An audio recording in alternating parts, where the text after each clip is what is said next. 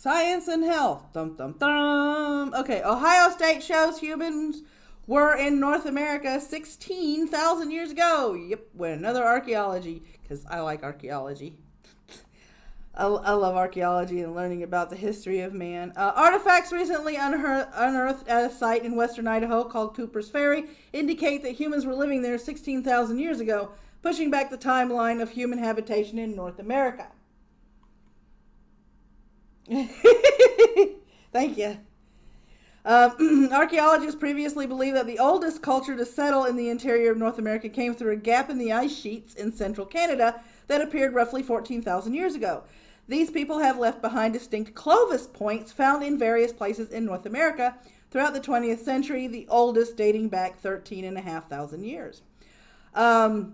Numerous sites have been found suggesting that early humans didn't travel through the ice but followed the coast, likely using boats. Oh, ingenuitive. A site called Monteverde at the southern tip of Chile is at least 15,000 years old. A sinkhole in Florida recently yielded a knife and a butchered mammoth bone more than 14,500 years old. And the Galt site in Texas has yielded thousands of artifacts that could be 16 to 20,000 years old. The finds at Cooper's Ferry site are the final nail in the coffin of the Clovis theory that argues, let me see, Clovis' first model is no longer visible. So we come down here. The simplest explanation is that the earliest migrants to North America traveled upriver to reach Idaho. The Cooper's Ferry site is located along the Salmon River, which is a tributary of the larger Columbia River Basin.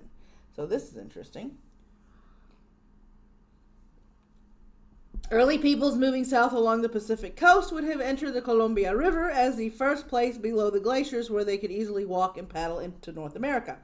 Davis says in the press release, essentially the Columbia River corridor was the first off-ramp of a Pacific coast migration route. The timing and position of Cooper's Ferry site is consistent with and most easily explained as a result of an early Pacific coastal migration. And that, for that, I think the question mark is about the what the heck, the Clovis theory. Okay, I'm going to look that up in a minute. I will look up what the Clovis theory is in a minute. The simplest okay, nope. One of the big questions remaining is just who the earliest North Americans were. Davis has speculated that the oldest artifacts found at Cooper's Ferry are similar in form to artifacts found in northwestern Asia, in particular Japan. He's currently comparing his digs finds with Japanese artifacts and also has lots of other material queued up for carbon dating from a second dig site in the area. We have 10 years worth of excavated artifacts and samples to analyze, he says. We anticipate we'll make other exciting discoveries as we continue to study the artifacts and samples from our excavations. So I'm going to come over here and I'm going to paste this. Yeah, I know, right? All right, what is the Clovis theory? Here we go. Known as Clovis first, the predominant hypothesis among archaeologists in the latter half of the 20th century had been that the people associated with the Clovis culture were the first inhabitants of the Americas. The primary support for this was that no solid evidence of pre-Clovis human habitation had been found. So there you go. The more you know. All right.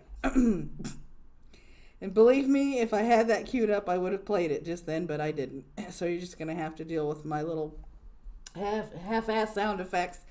All right, next one. Mars rover gets its helicopter sidekick.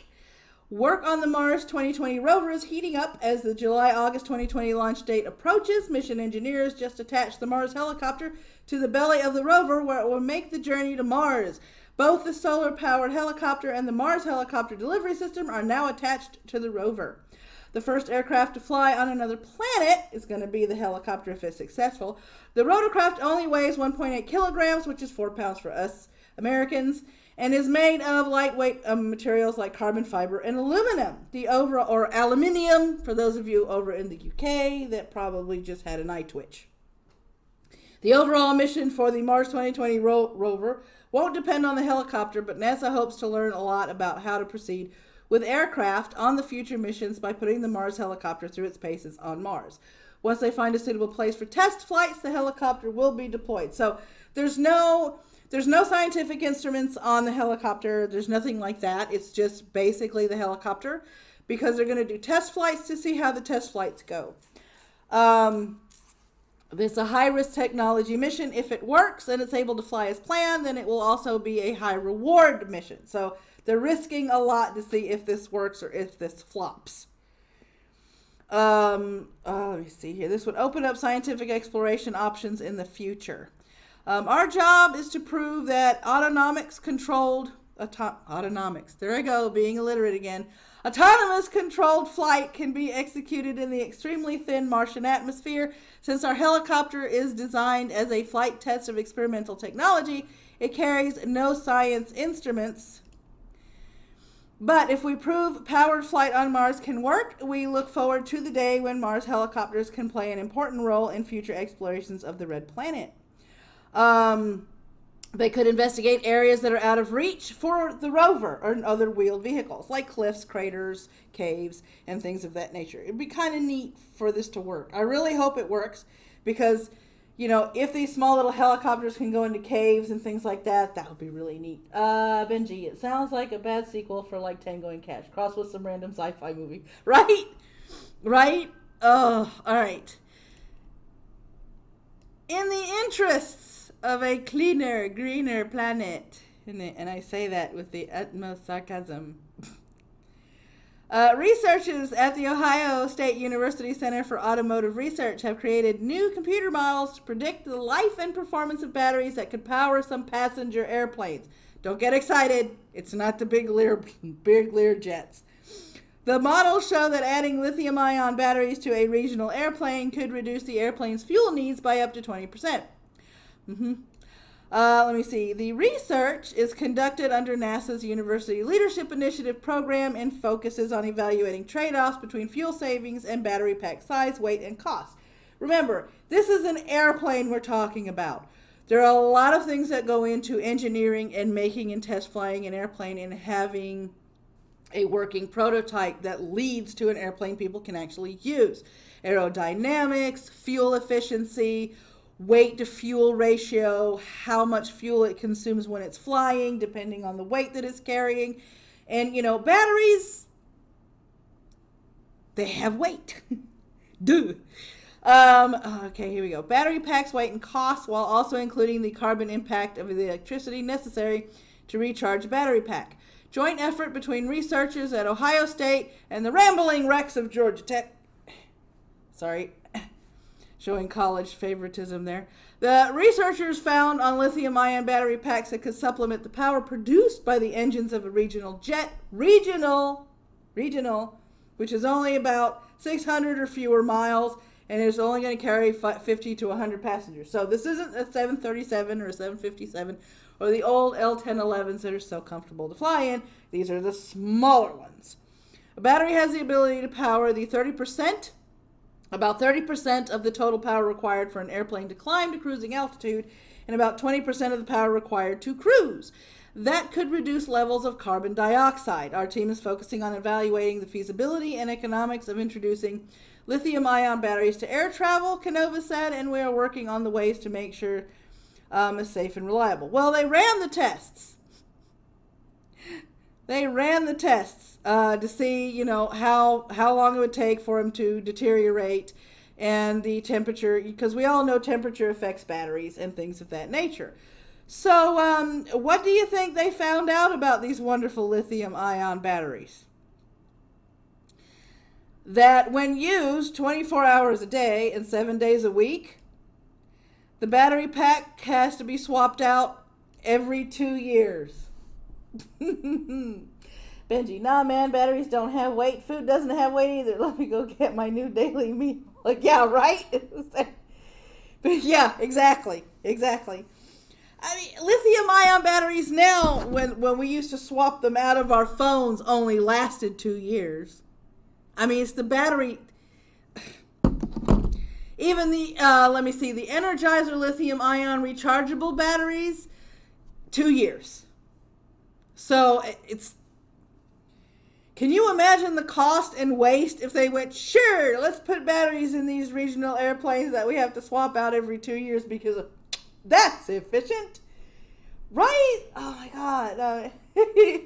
it's just, I understand they're trying to make aircraft and find alternative fuels and alternative propulsion services, things for aircraft.